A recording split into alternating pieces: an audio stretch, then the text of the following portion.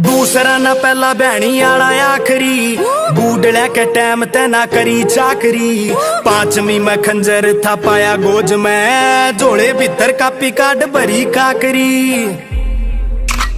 Coat में या थाना दोए जगह आना जाना, चोरी छोड़ दे दिखाना मन प्यारे आले भेज।